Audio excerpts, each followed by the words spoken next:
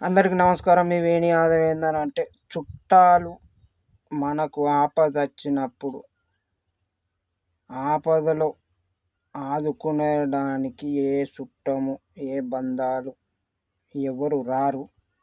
కానీ మనకి ఏదైనా జరిగినప్పుడు, మనం ఏదైనా సంఘటనలో ఇరుక్కున్నప్పుడు, మనం ఏదైనా ఇబ్బందుల్లో ఉన్నప్పుడు మాత్రం మన గురించి చెడుగా చెప్పడం, మన గురించి సొల్లు కబుర్లు చెప్పడం అనేది ఖచ్చితంగా జరుగుతుంది. ఇది మాత్రం ముమ్మాటికి నిజం.